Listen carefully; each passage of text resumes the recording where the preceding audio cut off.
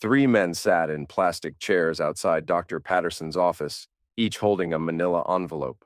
The fluorescent lights hummed overhead as they avoided eye contact, their faces pale under the harsh hospital lighting. "What do you mean it's not treatable?" Dean's voice cracked as he gripped his test results. Malik stared at his paperwork, hands trembling. "This can't be right. I feel fine." The third man, Jake, just sat there in stunned silence. From around the corner, Michael Harlan watched through the reflection in a vending machine's glass. His face remained expressionless as he observed the three men who had destroyed his marriage squirm in their seats. He adjusted his sanitation department uniform and walked away without a sound. The plan was working perfectly. 6 months earlier, Michael's alarm went off at 5:30 a.m., same as every morning for the past 8 years. He rolled over to find Celeste's side of the bed empty and cold. Through the bathroom door, he could hear her on the phone, her voice low and secretive. I know. Just give me another week and I'll figure something out." He pretended to be asleep when she emerged, watching through barely opened eyes as she applied her makeup with practiced precision.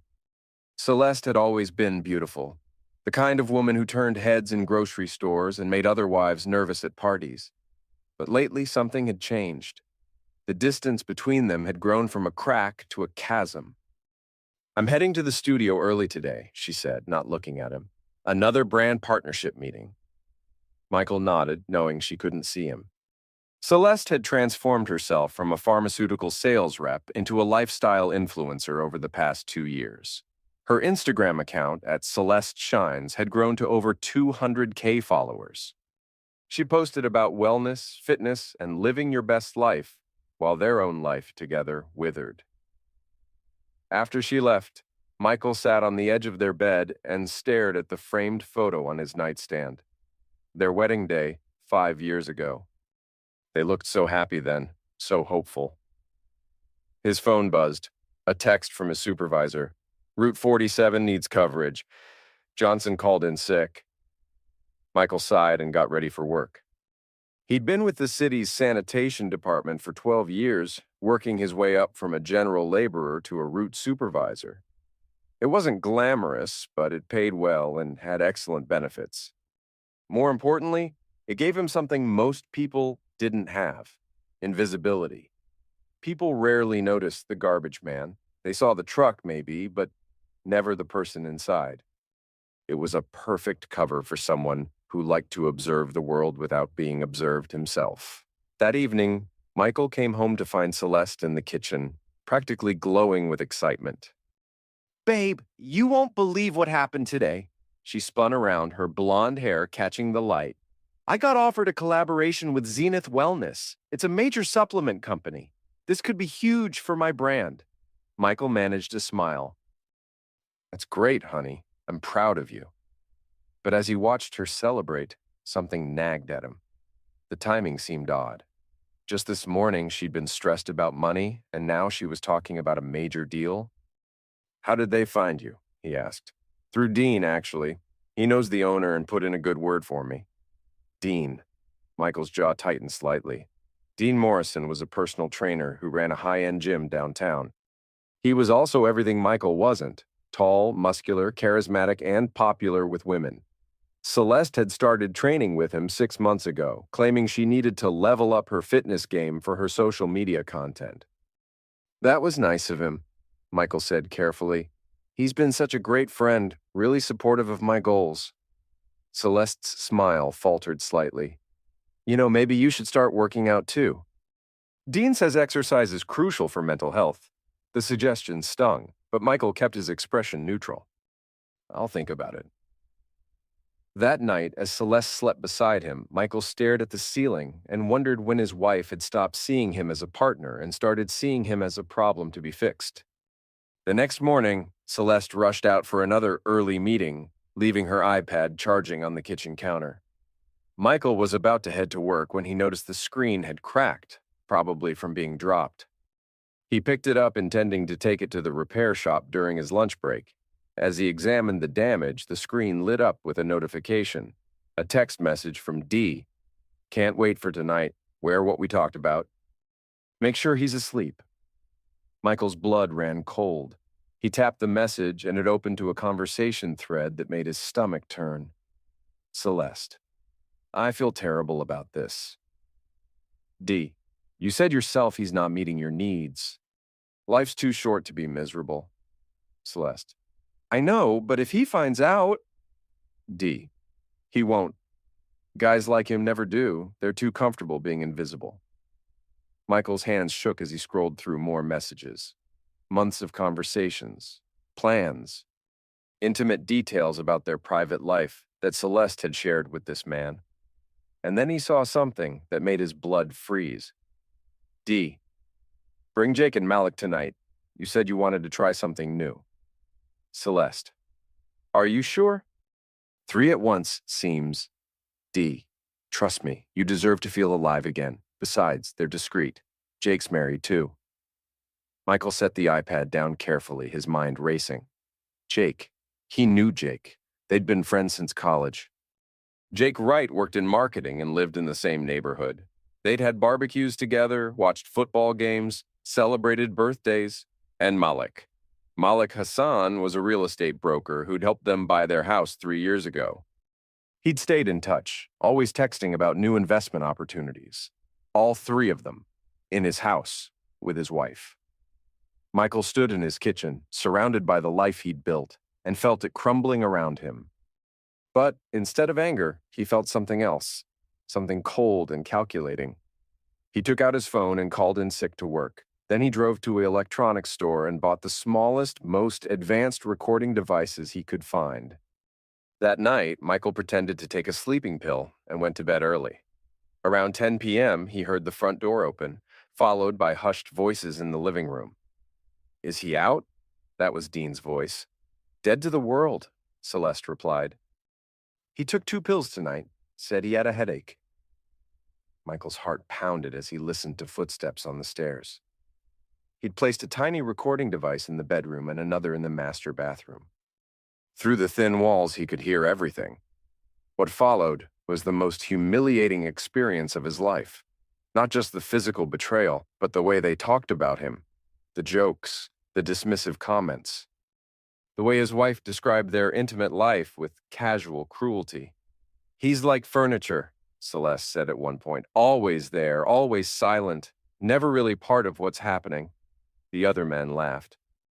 At least furniture is useful, Dean replied. Michael lay there, listening to his marriage die, and made a decision. He wasn't going to confront them.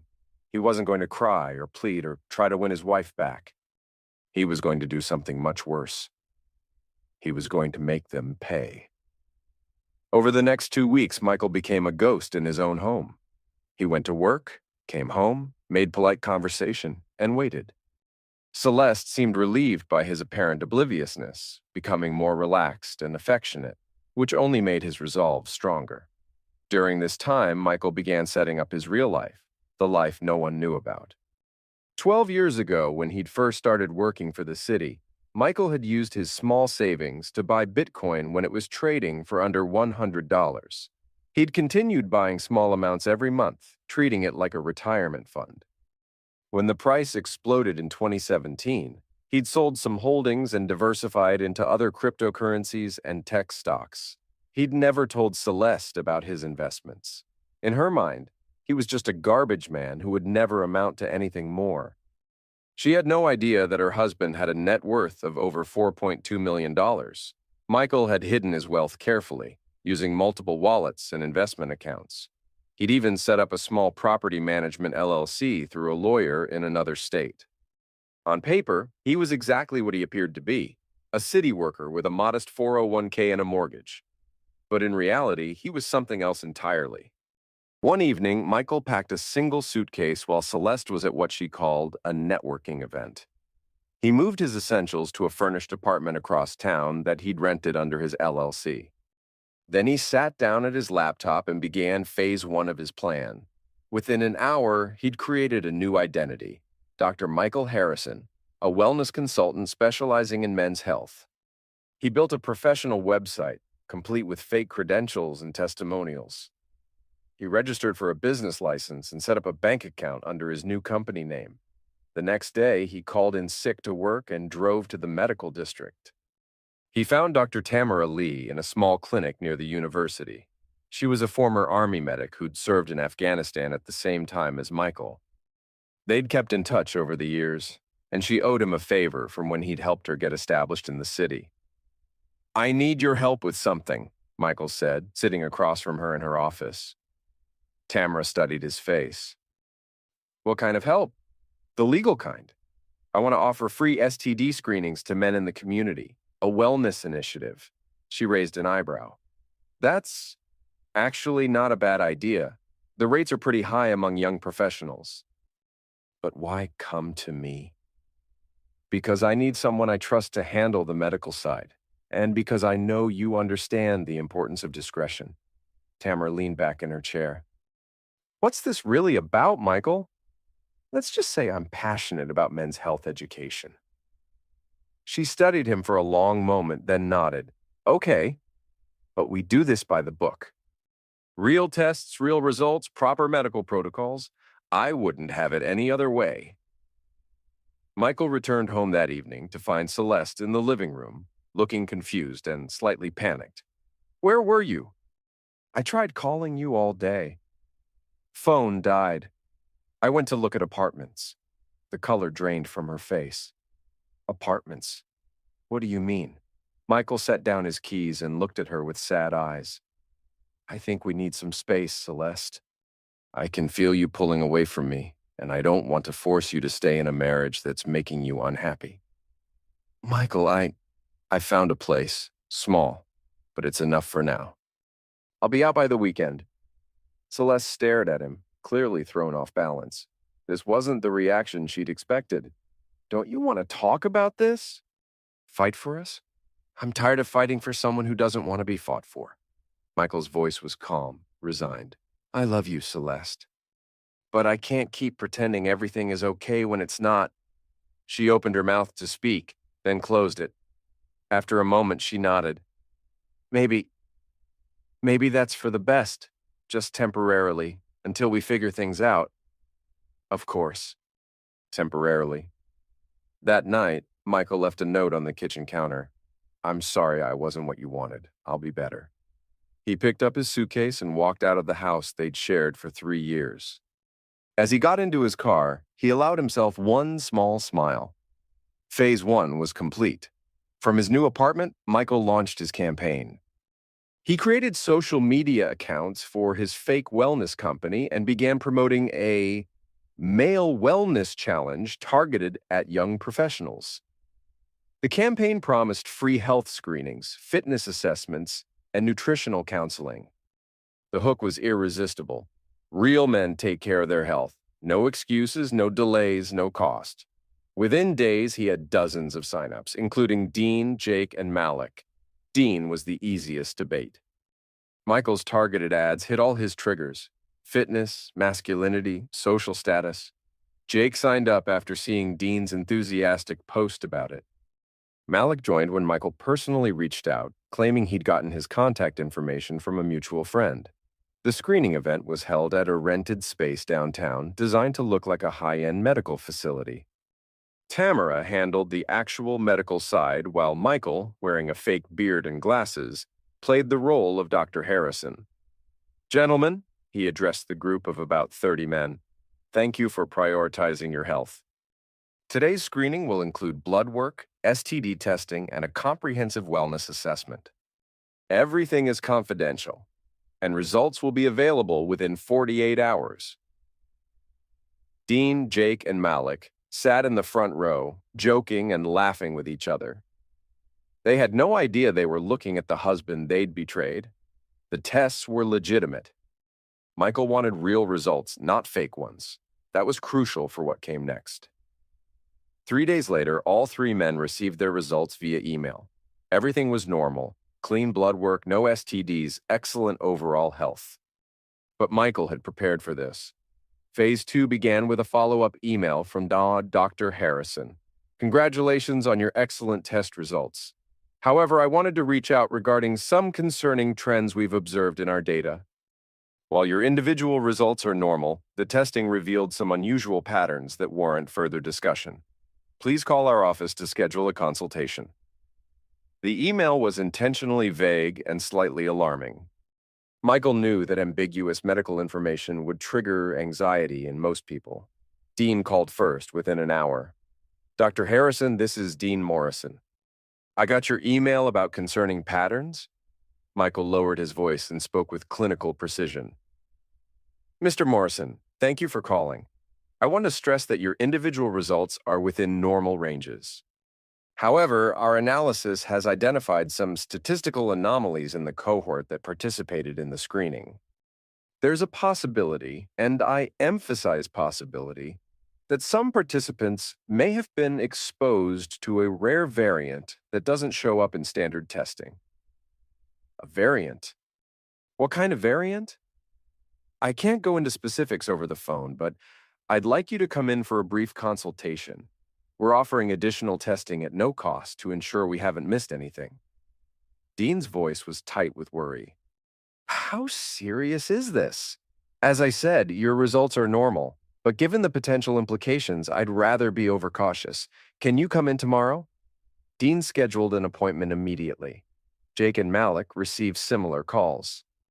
All three men arrived at the fake clinic the next day, visibly anxious. Michael, still in his Dr. Harrison disguise, met with each of them individually. He didn't lie about their health. That would have been too risky. Instead, he planted seeds of doubt and anxiety. The additional tests will take a few days to process, he told each man. In the meantime, I'd recommend avoiding intimate contact until we have definitive results. Just as a precaution. While the three men waited for their additional results, Michael began phase 3. He'd been documenting everything, their conversations, their movements, their social media activity. He knew their schedules, their habits, their weaknesses. Dean was the first to crack. Unable to handle the uncertainty, he called his ex-girlfriend, Jessica, a nurse at the local hospital, and asked her to look up information about rare STD variants. When she couldn't find anything matching his description, he became increasingly paranoid. His behavior at the gym became erratic. He snapped at clients, seemed distracted during training sessions, and started avoiding physical contact. Word began to spread that something was wrong with Dean Morrison. Jake was handling the stress even worse. He became convinced that he'd contracted something serious and began exhibiting classic symptoms of health anxiety: insomnia, loss of appetite, constant internet searching for information about rare diseases. His wife Sarah noticed the change immediately. When she pressed him about what was wrong, Jake made the fatal mistake of mentioning the concerning patterns from his health screening. What kind of patterns? Sarah demanded. The doctor couldn't say exactly, but there might be some kind of rare variant that doesn't show up in normal tests. Sarah's face went pale. Are you saying you might have given me something? No. My results were normal.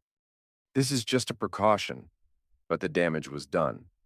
Sarah insisted on getting tested herself, and when her results came back completely normal, she began asking more questions. Who was this doctor? What clinic had he gone to?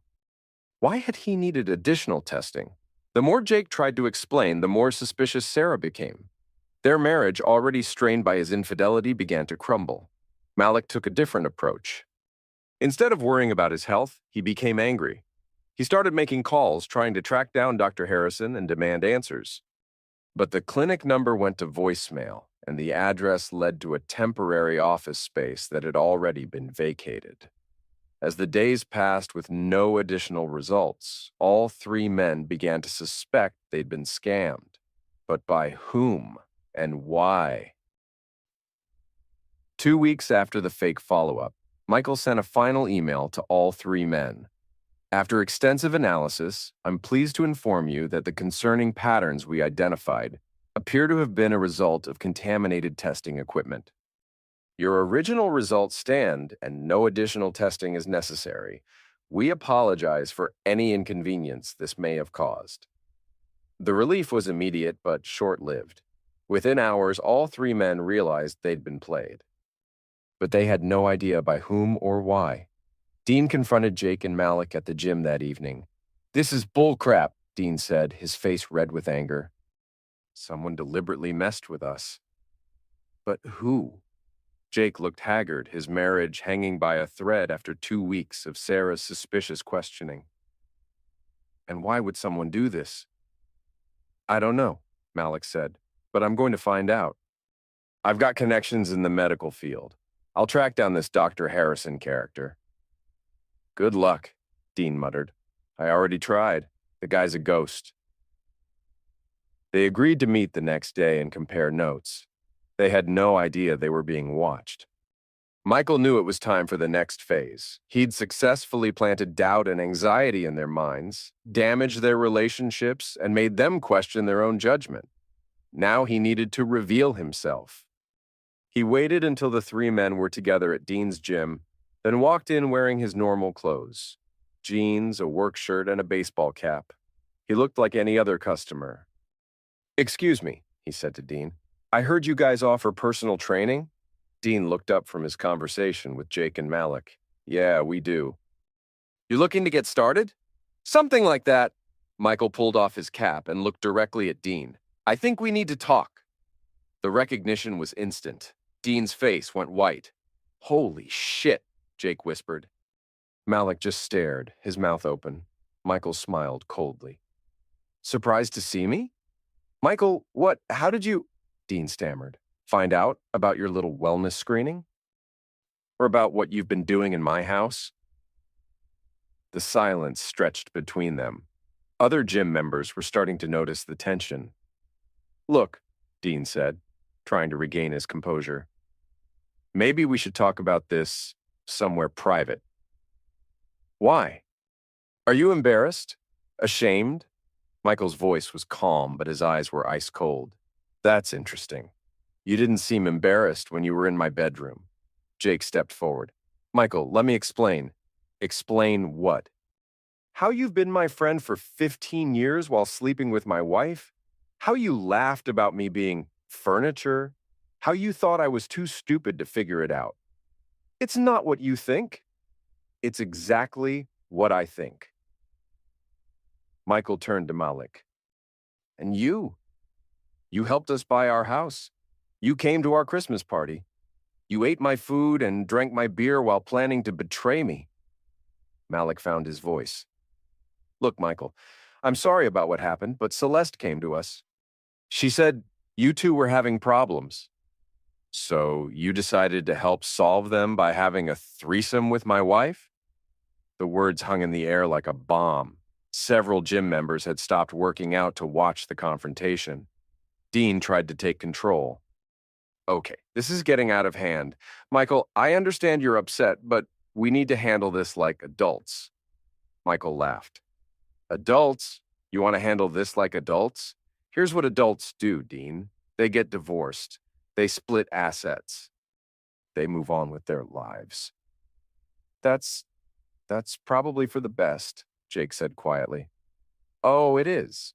See, what you three don't understand is that I'm not here to fight you. I'm not here to win my wife back. I'm here to let you know that your little secret isn't a secret anymore." "What do you mean?" Malik asked.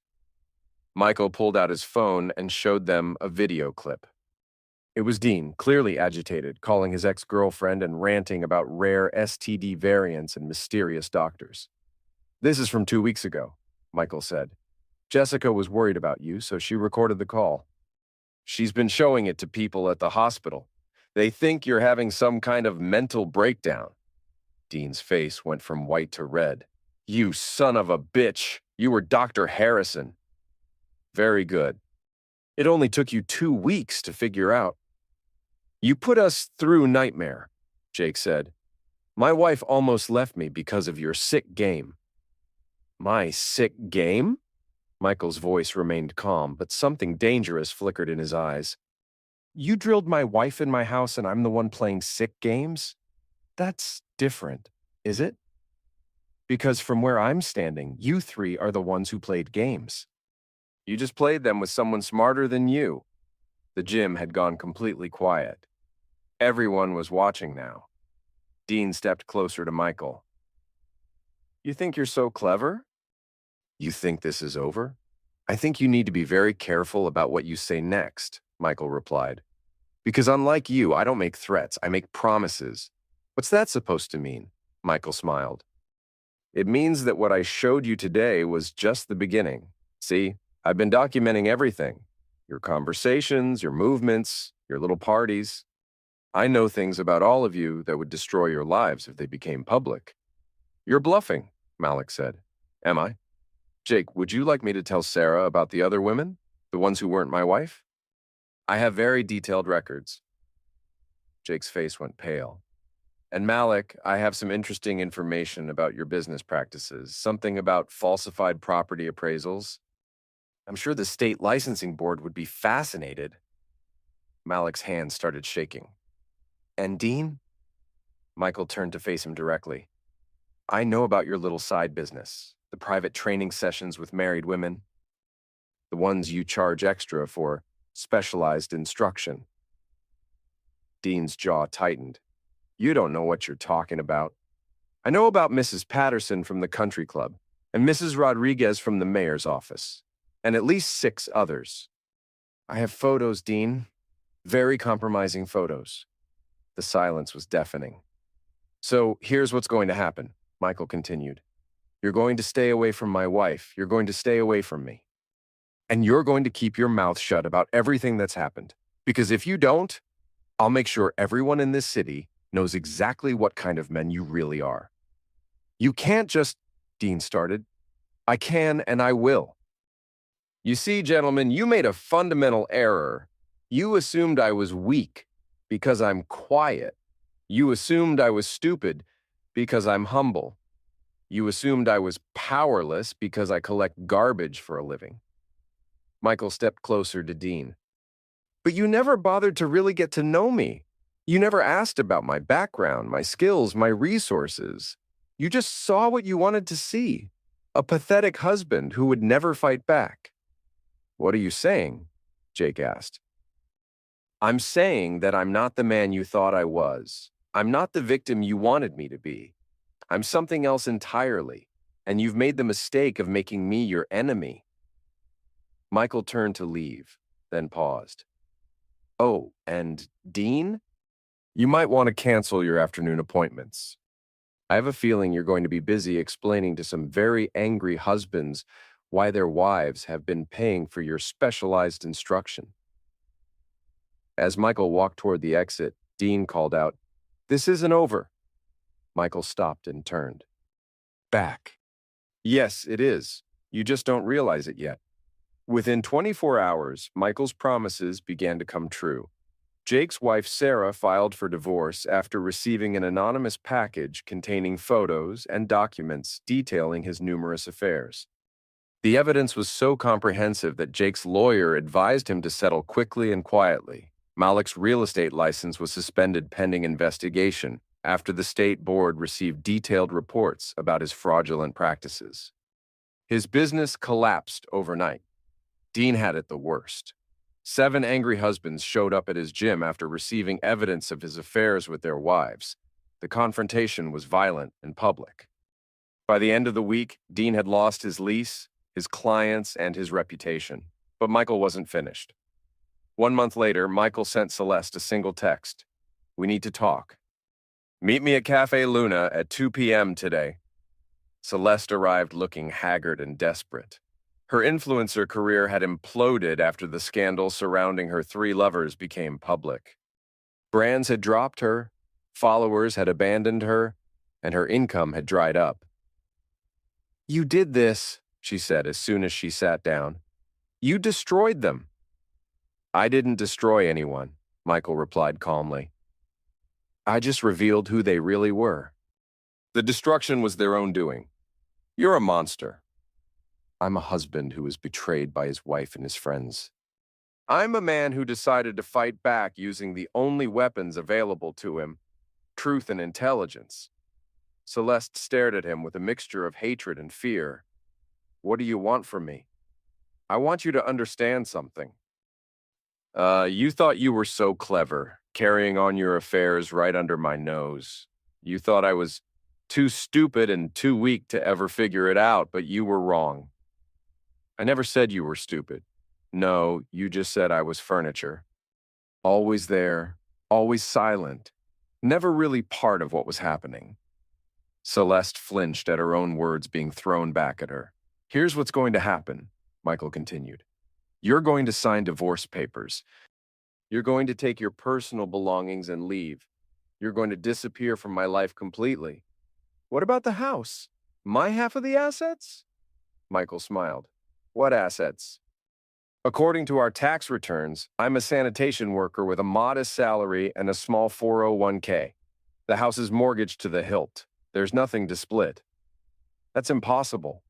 We have savings, investments. We have what I've allowed you to see. Nothing more, nothing less. Celeste's face went white as the implications sank in. You hid money from me. I protected myself from you. There's a difference. That's illegal. Asset concealment in a divorce is very difficult to prove when the assets were acquired before the marriage and kept in separate accounts that the other spouse never knew about.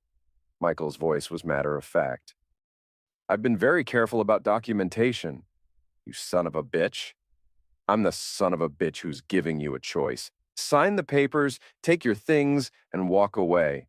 Or force me to make this public and messy. Because I promise you, Celeste, you don't want to go to war with me. Celeste sat in silence for a long moment. Finally, she spoke. What happened to you? You used to be kind, gentle. I used to be naive. You cured me of that. I never meant for it to go this far. It was just, I felt trapped, unfulfilled. I needed something more. And now you have it. You're free to find all the fulfillment you want. Just not with my money or in my house. Celeste signed the divorce papers 3 days later. She moved out of the house and back in with her mother in another state. Her social media accounts went dark, and she effectively disappeared from the city where she'd built her brief career as an influencer. 6 months later, Michael stood in the kitchen of his house making coffee as the morning sun streamed through the windows. The silence was peaceful now, not oppressive. He'd kept the house. It was paid off, thanks to his hidden wealth, and he'd grown attached to it despite the painful memories. His phone buzzed with a text from Tamara. Saw the news about Dean. Assault charges dropped, but he's leaving town. How are you holding up? Michael typed back, I'm fine. Thanks for everything. He'd maintained his job with the sanitation department, partly for the health insurance and pension, but mostly because he enjoyed the work. It kept him grounded and reminded him that honest work had its own dignity. His investments had continued to grow, and he'd quietly donated substantial amounts to various charities, veterans organizations mainly, and groups that helped people rebuild their lives after trauma. He wasn't dating anyone, though several women had expressed interest. He wasn't ready yet, maybe never would be. The capacity for trust had been damaged, possibly beyond repair, but he was content. He'd faced the worst betrayal imaginable and emerged stronger. He'd learned that he was capable of things he'd never imagined, both terrible and necessary things. The doorbell rang. Michael opened it to find a young woman in a delivery uniform holding a package. Michael Harlan? That's me. She handed him a small box with no return address. Inside was a single photograph. Dean, Jake, and Malik at what appeared to be a bar, looking defeated and broken. On the back, someone had written, "They're all gone. Thought you'd want to know." A friend. Michael stared at the photo for a moment, then walked to the fireplace and tossed it into the flames. He watched it burn, remembering the night he'd discovered his wife's betrayal and the moment he had decided to fight back. He'd won. Not in the way that movies portrayed victory. There were no triumphant speeches or moment of vindication. Just the quiet satisfaction of knowing that actions had consequences, and that even the most invisible people could be the most dangerous when pushed too far. Michael finished his coffee, put on his work uniform, and headed out to start his day. There was garbage to collect, a city to keep clean, and a life to live. Behind him, the photograph finished burning, leaving nothing but ash and memory. As he drove through the quiet suburban streets, Michael allowed himself one small smile. He'd learned something important about himself during those dark months. He wasn't the man he'd thought he was. He was someone much more complicated, much more capable, and much more dangerous. It was a lesson he hoped he'd never have to use again. But if he did, he was ready.